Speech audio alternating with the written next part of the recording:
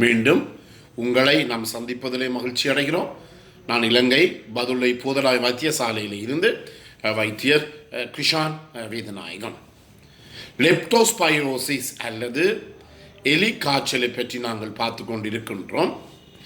இந்த எலி காய்ச்சலினுடைய சாதாரணமான நோயரும்பு காலம் 2 இருந்து 30 நாட்கள். அதாவது எலியினுடைய அல்லது ஏதாவது ஒரு மிருகத்தினுடைய சிறுநீருடன் நாங்கள் ஏதாவது தொடர்புகளை வைத்திருந்தால் அந்த நோய் அவங்களோட கிருமி எங்களுடைய உடலிலே சென்று அதன் பிற்பாடு அந்த நோயின் காரணமாக ஏற்படுகின்ற அறிகுறிகள் அந்த காலப்பகுதியைத்தான் நாங்கள் நோயரும்பு காலம் அல்லது இன்குபேஷன் பீரியட் என்று சொல்லுவோம். இந்த நோயரும்பு காலம் சாதாரணமாக இந்த லெப்டோஸ்பைரோசிஸ் எனப்படுகின்ற இந்த கிருமிக்கு 2 இருந்து 30 நாட்கள் மட்டும் இருக்கிறது. இந்த லெப்டோஸ்பைரோசிஸ் உண்மையாக சொல்ல போனால் ஒரு மிருகங்களுடைய நோய், சூனோட்டிக் டிசீஸ் என்று சொல்லுவோம். இந்த லெப்டோஸ்பைரோசிஸ் எனப்படுகிற நோயானது கூடுதலாக மிருகங்களுக்குத்தான் ஏற்படுகின்ற நோய் தவிர மனிதர் என்பவர் ஒரு தற்செயலான ஒரு ஹோஸ்ட், தற்செயலாக பாதிக்கப்படுகிற ஒருவராகத்தான் இந்த மனித இனம் இருக்கின்றது. எனவே இந்த நோய் மிருகங்களுக்குள்ளே தான் பரவிக்கொண்டிருக்கின்றதே தவிர மனிதர்கள் என்பவர் ஒரு ஆக்சிடென்டல் ஹோஸ்ட் என்று சொல்லுவோம். அதாவது தற்செயலான ஒரு பாதிப்படைபவர் என்று தான் நாங்கள் அதை எடுத்துக்கொள்ள வேண்டும். எனவே இந்த நோய் மிருகங்களுக்குள்ளே தான் பரப்பலடையும். இந்த நோய் பரவுகின்ற முறைகள் 3 என்று சொல்லலாம். முதலாவதாக தொற்றல் அடைந்த மிருகத்துடன் ஏற்படுகின்ற நேரடி தொடர்பு. அந்த தொற்றல் அடைந்த மிருகத்திலே இருந்து அதிலே இந்த சிறுநீரிலே இந்த கிருமிகள் வெளியேறலாம், அல்லது அதனுடைய இனப்பெருக்க தொகுதியிலே இருந்து வெளியேறுகின்ற திரவங்களிலே அல்லது செக்ரீஷன்ஸ் என்று சொல்லுவோம், திரவங்களின் மூலமாகவும் இந்த கிருமிகள் வெளியேறலாம். எனவே முதலாவது முறை என்ன? அந்த தொற்றல் அடைந்த மிருகத்தினுடைய சிறுநீருடன் அல்லது அந்த மிருகத்தினுடைய இனப்பெருக்க தொகுதியில இருந்து வெளியேறுகின்ற திரவங்களுடன் ஏற்படுகின்ற தொடர்பு. இரண்டாவதாக தொற்றல் அடைந்த மண்ணுடன் அல்லது நீருடன் ஏற்படுகின்ற தொடர்பு.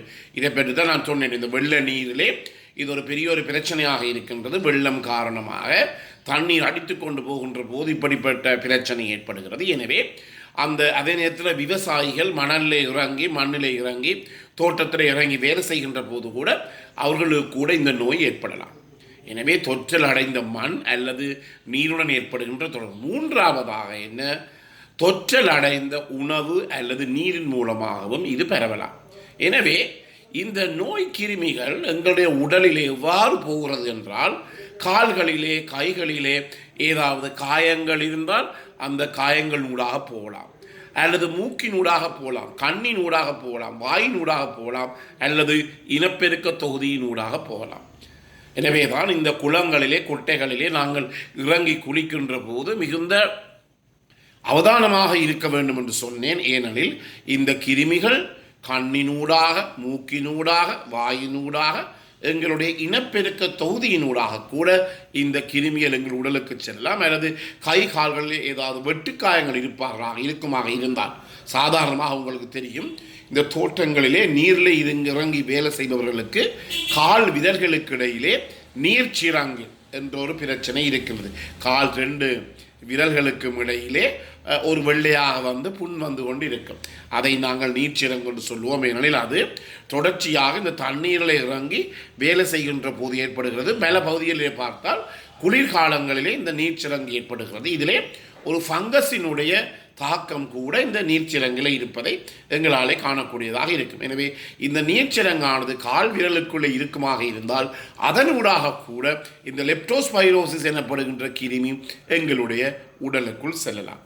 என்றபடினால தான் மிகுந்த அவதானத்துடன் நாங்கள் இருக்க வேண்டும். இந்த தோட்டங்களிலே விவசாயம் செய்பவர்கள், தோட்ட வேலை பார்ப்பவர்கள், அதே நேரத்தில் வீதிகளிலே வேலை செய்பவர்கள், குளங்குட்டைகளில் இறங்கி வேலை செய்பவர்கள் எல்லாம் மிகுந்த அவதானமாக இருக்க வேண்டும். இந்த லெப்டோஸ்பைரோசிஸ் எனப்படுகிற நோயானது உயிரை கூட கொள்ளுகின்ற ஒரு பாரதூரமான ஒரு நோயாக இருக்கின்றது. என்றபடியாலே மிகுந்த அவதானமாக இருக்க வேண்டும். இதனுடைய குணங்குறியல் என்று பார்த்தால், முதலாவதாக மிக உயர்ந்த ஒரு காய்ச்சல், ஹை டெம்பரேச்சர்னு சொல்லும் காய்ச்சல், அல்லது உடல் நடுக்கத்துடன் கூடிய காய்ச்சல், ஷிவரிங் வித் ஃபீவர், உடல் நடுக்கத்துடன் கூடிய காய்ச்சல் அல்லது மிக கூடிய அளவான காய்ச்சல். ரெண்டாவதாக தாங்க முடியாத தலையிடி, தலையிடி தாங்க முடியாது, அதே நேரத்தில் இந்த கண்களுக்கு உள்ளுக்குள்ளே நோகிறது, எனவே தாங்க முடியாத தலையிடி. மூன்றாவதாக பார்க்கின்ற போது என்ன நடைபெறுகிறது என்றால் எங்களுக்கு வயிற்றால போவது ஏற்படுகின்றது, வயிற்று பிரட்டல் ஏற்படுகின்றது, அதே நேரத்திலே வயிற்றுப்போக்கு வாந்தி பேதியும் ஏற்படுகிறது. நோசியா, வாமிட்டிங் அண்ட் டயரியான்னு சொல்லுவோம். எனவே வயிறு ஒரே பிரட்டி கொண்டிருக்கும், வாந்தி ஏற்படும், சக்தி ஏற்படும், அதே நேரத்தில் வயிற்றுப்போக்கும் வயிற்றோட்டமும் ஏற்படும். இது அடுத்த ஒரு.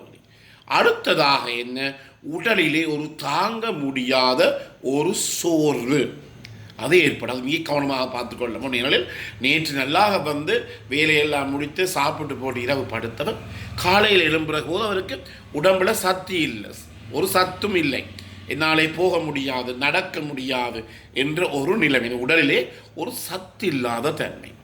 அடுத்ததாக உடலிலே தசைகளிலும் உடல் முழுவதும் தாங்க முடியாத வலி, உடல் முழுவதும் ஏற்படுகின்ற தாங்க முடியாத வலி.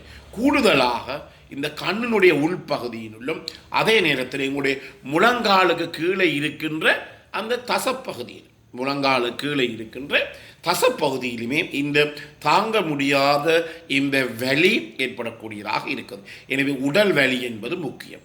அடுத்ததாக மிக முக்கியமானது என்ன, கண்கள் சிவப்பாக இருக்கும், ரெட் ஐஸ், கண்கள் சிவப்பாக இருக்கும். இதுவும் ஒரு முக்கியமான ஒரு அறிகுறியாக இருக்கிறது, கண்கள் சிவப்பாக இருக்கிறது. அடுத்ததாக சாப்பிட முடியாது, லாஸ் ஆஃப் appetite, சாப்பாடு எடுத்தாலே விருப்பம் இல்லை, ஏனோ தானோ என்று இருக்குது, சாப்பாடு எடுக்கவே விருப்பம் இல்லை, சாப்பாடு கண்டாலே குமட்டிக்கொண்டு ஓங்காளித்து கொண்டு வருகிறது. என இவை எல்லாம் என்ன இதனுடைய அறிகுறிகள்.